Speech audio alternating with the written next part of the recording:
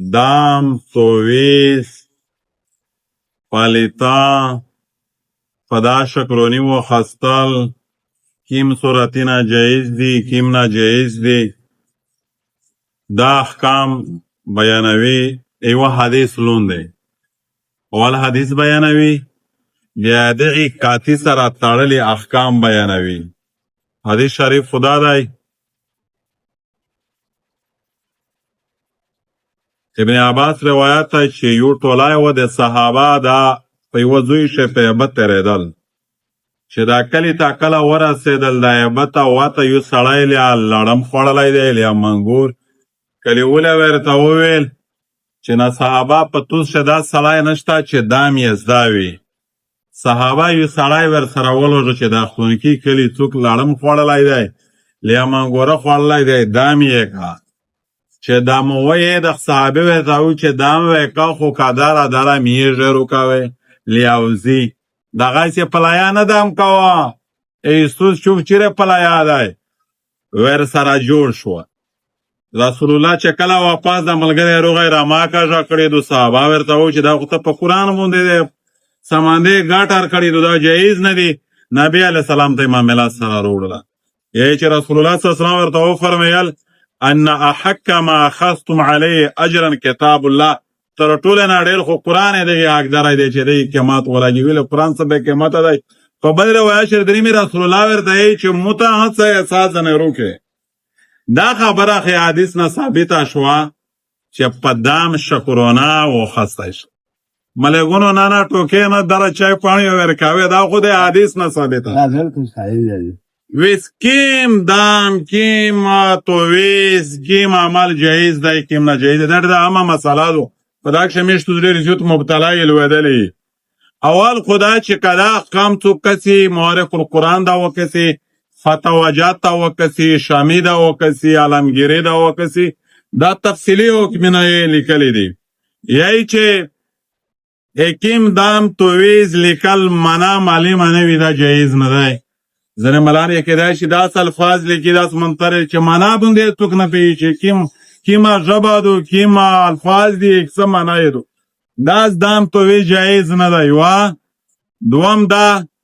چې په دې کلام کښې که دام دی که درود دی که منتر دی که تسبیحات دي که لیکل دی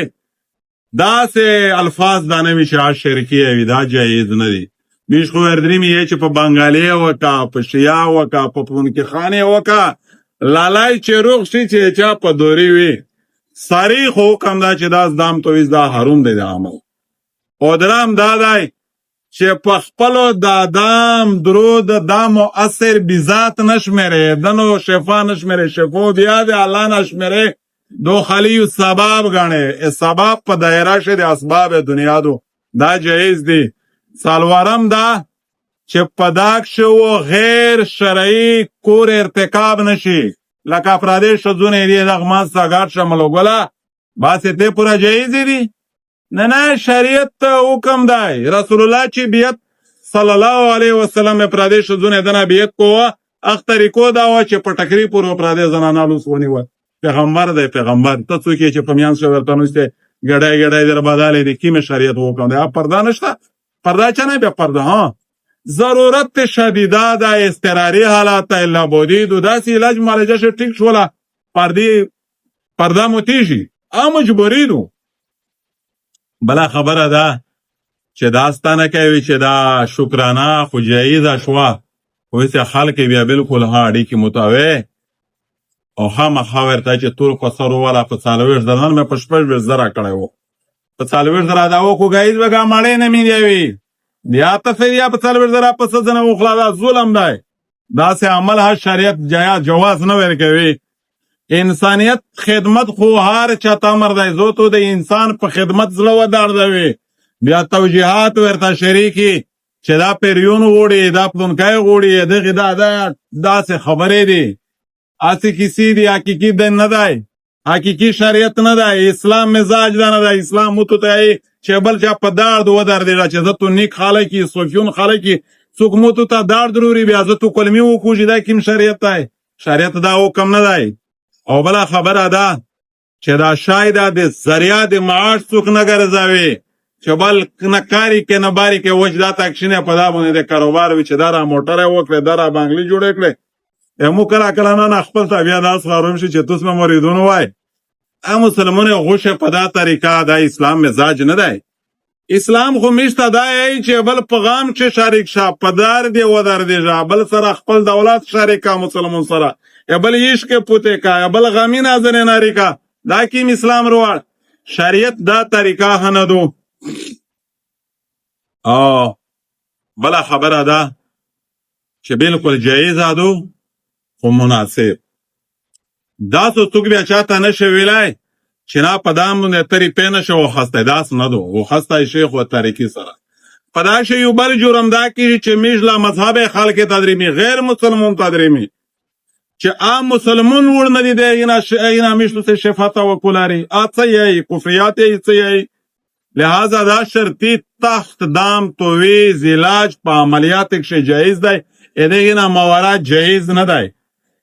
او صحابه چې دا عمل کړای دی دغه جواز ثابتېږي خدا دې بیا نور ډېر تفصیل دی چې هغه د غیر مسلمان سره داروي او هغه دا ډېر ویژه لمبي چوړي مطلب مباحث دي په دې کې خو میش تو کم از کم په دې کې د حرام د ارتکاب نازون سوتي کا علاج غوړي په حلاله طریقه په شرعي طریقه په جایزه طریقه کې شتا اغلیار شتا خو په دې کې د نن ډېر ګمراهي نن پلاو دي زیارتین جوړ کړی دي ډینګ خان دی ننګا شاه دی په کلان لغړ سړی روشوي چې دا نه علاج و کور دې شوت شه پورې لان لغړ دی دغه شفا دی علاج کیم توقعاتی کی مزار تدریمی علاجینا وته خلق تلاش کوي زنانا وردریمی پردی نشته دی بدعات کی رسومات کی دا شریعت کی مروغای لہذا دا صریح د شریعت احکام دی هم اشاره رضی الله عنها غالبا روایت شه فرمایي چې د امت علاج په محللات په حلال کې دی په حرام کې نشته زه تو ورغلی ورون شي هغه ته چې حرام دی پاک زه تو خپل دون شفا وړي اذن علاج وړي لہذا دا شریع احکام دی دا بانګ دوه کول په چار دی دا واضح کول په چار دی په حلال کې علاج شفا شته مسنون اوراد دي زته ویل نه کوي جایز اوراد دي زته ویل نه کوي مشه یو سړی وزیر ډیر ستړي اوله